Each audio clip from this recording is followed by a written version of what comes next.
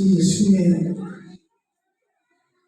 आप सब भाइयों बहनों बेटियों बेटों की सलामती हो। आज मुझे कहा गया कि बुजुर्ग कुर्बान मसीह के बारे में बताओ। पेशतर से कि मैं उनकी बाबत कुछ बातें करूं, मैं इसकी वजह बयान करना चाहता हूं। आज की इबादत को मेमोरियल सर्विस यानी यादगारी इबादत कहा जाता है और इब्तदाई कलीसिया से इसका आगाज पहली और दूसरी सदी में हुआ, जब कलीसिया ज़मींदोज़ शहरों कब्रिस्तानों में जिंदगी गुजारती थी, इसलिए कि उस वक्त की रोमी हुकूमत ने सरकारी तौर पर कलीसिया को कबूल नहीं किया था। कलीसिया इज़ारसानी का शिकार थी और ईमानदार अपने खुदावंद के साथ जान देने तक वफादार थे। वो मेरी और आपकी तरह ना तो आज़ादी से किसी इबादत खाने में बैठ सकते थे,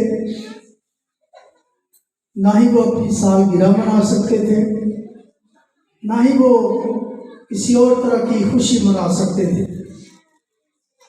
इसलिए कलीसिया ने फैसला किया कि वो ईमानदार जो इस जहाने फानी से कूच कर जाते हैं,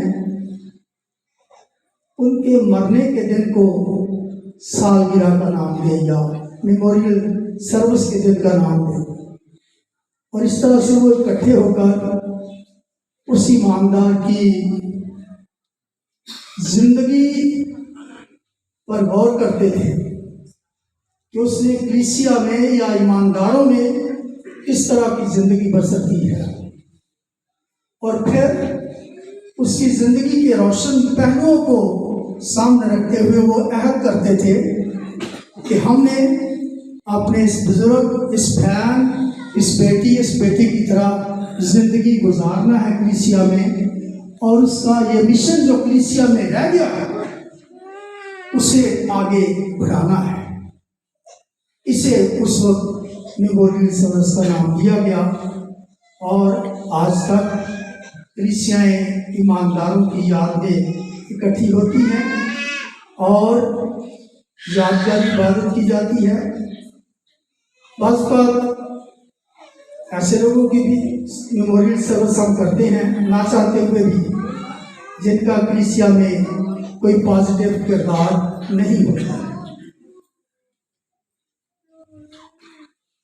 ईमानदारों का ये अकीदा है, शायद के बकौल में कहूँगा, कौन कहता है मौत आई तो मर जाऊंगा, मैं तो दरिया हूँ समुंदर में उतर जाऊंगा। हमारे बुजुर्ग कुर्बान मसीह इस जहान से तवील उम्र पाने के बाद कूच कर गए। शनाख्ती तौर के मुताबिक मेरे ख्याल है उनकी उम्र 1928, लेकिन मेरे ज़ाती ख्याल के मुताबिक ये उस वक्त जैसे हम शनाख्ती कार्ड बनवाते थे ना, फर्जी तरीक पैदाइश रहा दी थी या अपना शनाख्ती कार्ड बनवा लिया, ये इस हिसाब से 28 के हिसाब से 105 साल उम्र बनती है, लेकिन मेरे ख्याल में उनकी उम्र इससे ज़्यादा थी। उन्होंने लंबी उम्र पाई है और इस जहान से कूच किया है। उन्होंने अपने बच्चों के बच्चे देखे हैं, उन्हें अपनी गोद में खिलाया है, अच्छी जिंदगी गुजारी है।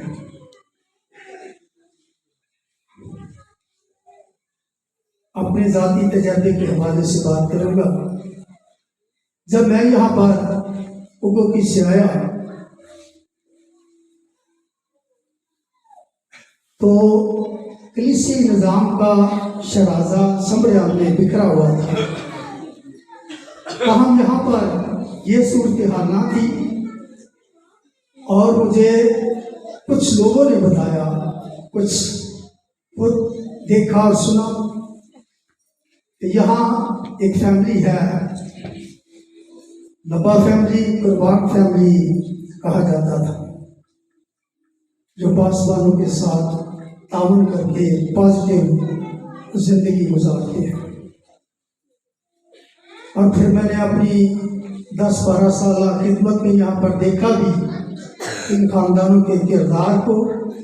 एक और अम्मा जी हैं, वो इस जहाने फानी से पूछ करके मेरे होते हुए भाई जॉर्ज की वालदा हमेशा तसल्ली बख्शों की गुफ्तगू होती थी। और कलीसिया में ऐसे लोगों की जरूरत है कि वो खादमों को पुश करें आगे बढ़ाने के लिए, खुदावंद के काम को आगे ले जाने के लिए।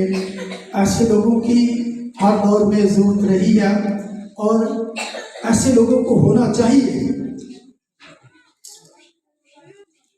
जब ये चर्च बनाया गया तो मैं अपने घर में आराम से बच्चों में सोता था या इलाके में चला जाता था। तो हम ये दोनों खानदान, इनकी ये जिम्मेदारी थी कि वो बाजार से उठे, वहां से बजरी उठाएं यहाँ लाएं, रेत उठाएं यहाँ लाएं। वो अपने बच्चों को, अपनी बहुओं को लेकर ये काम करते हैं। मैं खुदा का शुक्र करता हूँ कि हर कलीसिया में ऐसे लोग और ऐसे खानदान मौजूद हैं।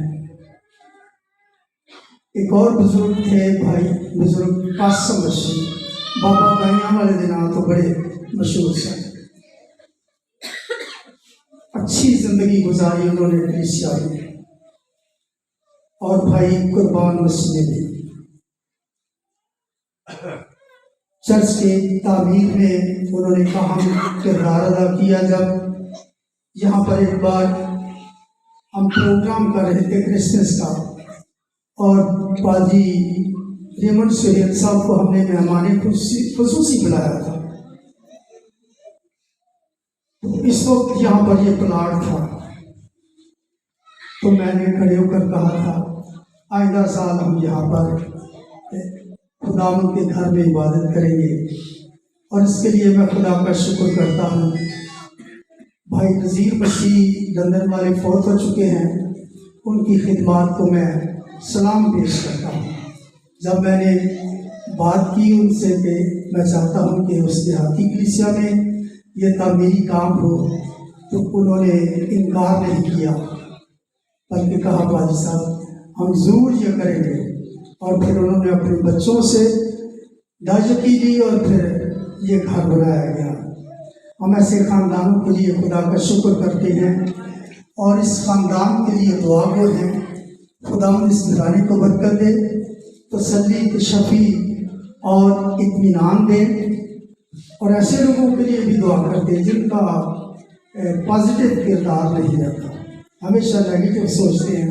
मैं बैठा सोच रहा था तो एक शेर मुझे याद आ रहा था, मैं कुछ नहीं करता वो आराम करते हैं, मैं अपना काम करता हूँ वो अपना काम करते हैं। कुछ लोगों का काम है बस जो कुछ हो रहा है उस पर तनकीद करना, उसे रोकना। तो खुदा अपना काम जो है वो जारी रखता है। आखिर में मैं खुदा से माफ़ी मांगता हूँ और आपसे भी, क्योंकि सुबह जब मैं चला था तो मेरे अंदर जो आवाज़ आ रही थी कि आज आप पैगाम दो, लेकिन मैंने जेब में जो पेंसिल डाली थी वो भी उतार के रख दी, अपनी ऐनक भी उतार के वहीं पर रख दी, तैयार हुआ और यहाँ पर आ गया। वह जो कुछ मुझे रूह कह रहा था वो मैंने नहीं लिया। इसके लिए मैं खुदा से भी माफ़ी मांगता हूँ और आपसे भी, क्योंकि खुदा चाहता था कि मैं आपसे बात करूँ। और इस मेमोरियल सर्विस के बारे में भी जब मुझे कहा गया तो मैं बिल्कुल मेंटली तौर पर तैयार नहीं था, मैं बाहर बैठा हुआ था।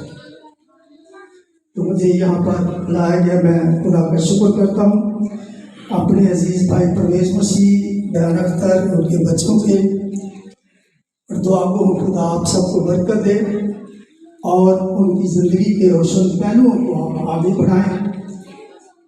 सारी कलीसिया के लिए मैं दुआ को खुदा आपको बरकत दे और आप हमेशा खुदा में बढ़ते फलते और फूलते रहें।